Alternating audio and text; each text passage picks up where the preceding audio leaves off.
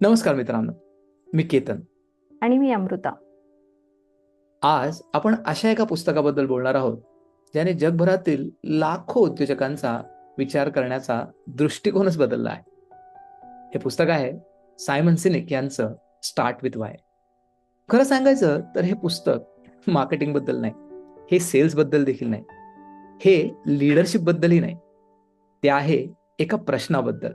आणि तो प्रश्न आहे, तुम्ही जे करताय ते का करताय? आणि गंमत म्हणजे हा प्रश्न ऐकायला खूप साधा वाटतो, पण ह्या प्रश्नाचं उत्तर अनेक यशस्वी व्यवसाय आणि सामान्य व्यवसाय ह्याच्यातला खरा फरक ठरवतं. अगदी बरोबर. आपण अनेक उद्योजकांना भेटतो. कोणी म्हणतं मी वेबसाईट बनवतो.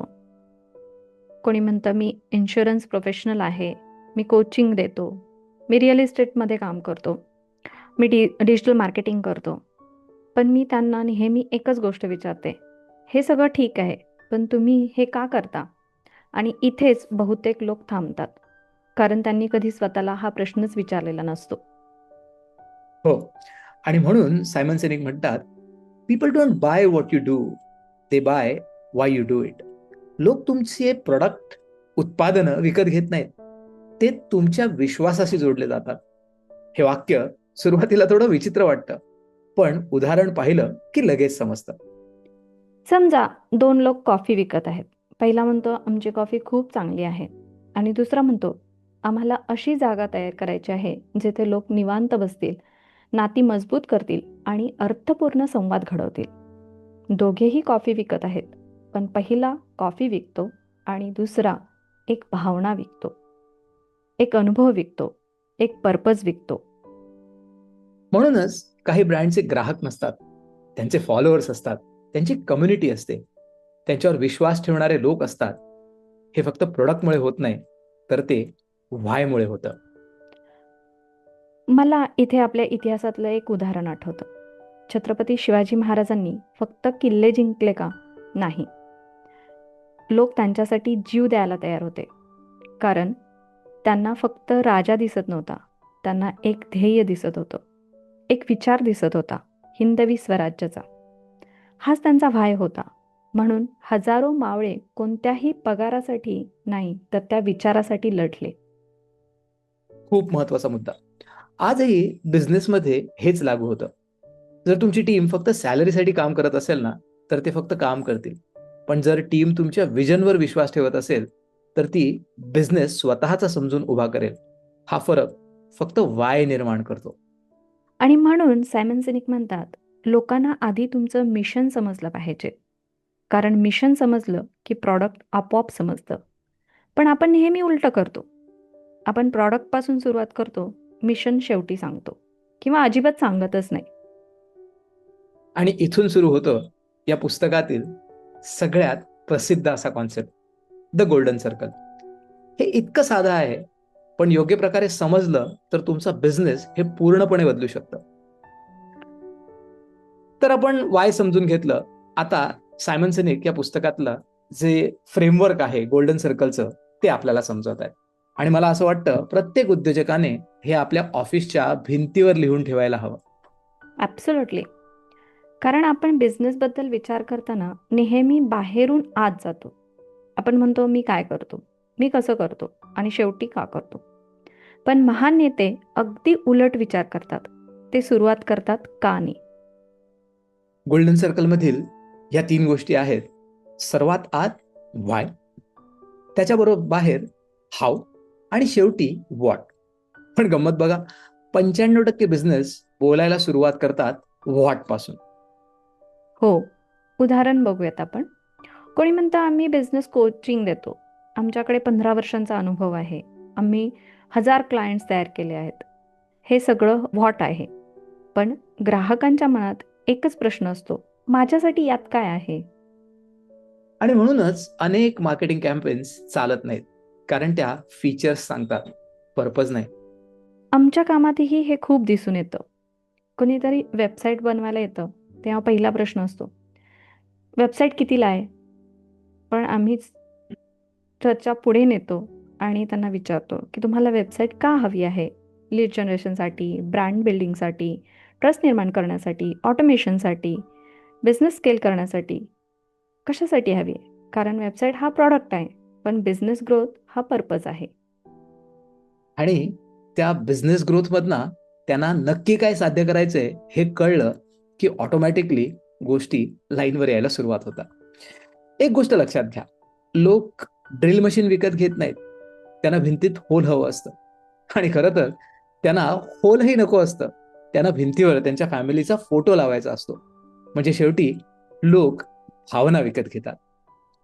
हेच ॲपलनं केलं आहे. ॲपल कधी म्हणत नाही आवर प्रोसेसर इज फास्टर.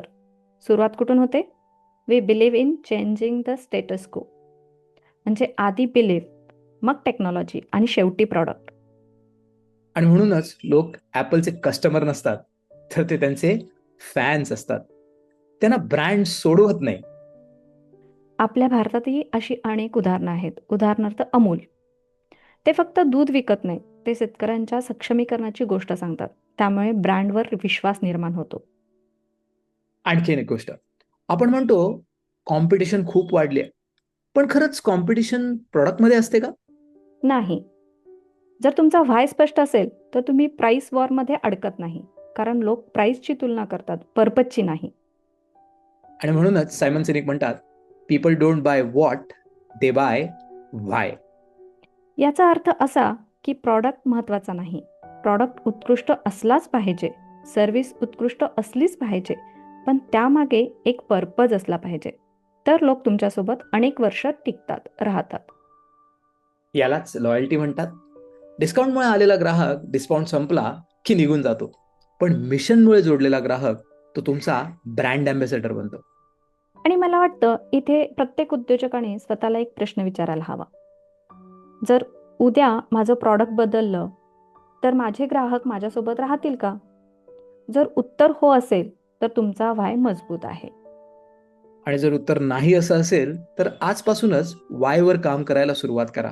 कारण बिझनेस प्रॉडक्टवर उभा राहत नाही, तो विश्वासावर उभा राहतो.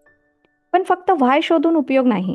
कारण जगात खूप लोक पर्पजबद्दल बोलतात, पण त्यांच्या कृतीत दिसत नाही. आणि तिथून पुढचा मोठा धडा सुरू होतो. ट्रस्ट. सायमन सिनिक यांचं एक वाक्य मला खूप आवडतं. People here your words but they believe your actions. खरंच, आज सोशल मीडियावर प्रत्येकजण म्हणतो customer first, quality first, people first. पण प्रश्न असा आहे, कस्टमरला खरंच तसं वाटतं का? मला वाटतं बिझनेसमध्ये ट्रस्ट हा ॲडव्हर्टायझिंगने तयार होत नाही, तर तो कन्सिस्टन्सीने तयार होतो. आणि इथे मला छत्रपती शिवाजी महाराजांची आठवण येते. त्यांनी कधी लोकांना मोठी मोठी भाषणं दिली नाहीत, त्यांनी कृती केली. लोकांनी त्यांच्यावर विश्वास ठेवला. लिडरशिप म्हणजे पद नाही, लिडरशिप म्हणजे विश्वास. ॲब्सोल्युटली. आज प्रत्येक एंटरप्रेन्योरला स्वतःला विचारायचं आहे, मी प्रॉडक्ट विकतोय की मुवमेंट तयार करतोय? मी कस्टमर बनवतोय की कम्युनिटी तयार करतोय? मी रेव्हेन्यू वाढवतोय की इम्पॅक्ट निर्माण करतोय? मित्रांनो, हे पुस्तक संपतं, पण एक प्रश्न तुमच्यासमोर ठेवून जातं. तुमचा वाय काय आहे? जर उद्या तुमचा बिझनेस नसला तरी तुम्ही ज्या बदलासाठी काम करताय तो बदल जिवंत राहील का? आणि म्हणूनच शाश्वत स्वराज्यामध्ये आम्ही नेहमी एक गोष्ट सांगतो, बिझनेस म्हणजे फक्त पैसा कमवणं नाही. बिझनेस म्हणजे ध्येय, मूल्य, नेतृत्व आणि समाजावर सकारात्मक प्रभाव. जेव्हा तुमचा व्हाय स्पष्ट होतो तेव्हा डिसिजन घेणं सोपं होतं. टीम तयार होते, ब्रँड तयार होतो, कम्युनिटी तयार होते आणि त्यातून निर्माण होतं शाश्वत यश. जर तुम्हाला तुमचा वाय शोधायचा असेल, बिझनेसला फक्त रेव्हेन्यू मशीन न बनवता एक पर्पज ड्रिव्हन मोमेंट बनवायची असेल, तर स्वराज्य क्रियाचक्रमध्ये नक्की सहभागी व्हा. स्वराज्य क्रियाचक्रमध्ये आपण दर आठवड्याला अशा जागतिक दर्जाच्या पुस्तकांवर चर्चा करतो. बिझनेस स्ट्रॅटेजी समजून घेतो, छत्रपती शिवाजी महाराजांच्या नेतृत्वातून शिकतो आणि त्या तत्वांचा आधुनिक व्यवसायात कसा उपयोग करायचा हे प्रॅक्टिकल पद्धतीने शिकतो. जर तुम्हालाही तुमच्या बिझनेसमध्ये स्पष्ट दिशा, मजबूत विचारसरणी आणि दीर्घकालीन वाढ हवी असेल तर आजच रजिस्टर करा. रजिस्ट्रेशनची लिंक डिस्क्रिप्शनमध्ये दिली आहे. जर हा संवाद तुम्हाला आवडला असेल तर व्हिडिओला लाईक करा, शेअर करा आणि अशाच दर्जेदार मराठी बिझनेस बुक समरीज पाहण्यासाठी चॅनलला सबस्क्राईब करायला विसरू नका. पुन्हा भेटूया एका नवीन पुस्तकासोबत, एका नवीन विचारासोबत. आणि तुमच्या व्यवसायाला पुढच्या स्तरावर नेणाऱ्या एका नवीन प्रवासासोबत. जय शिवराय. जय शिवराय.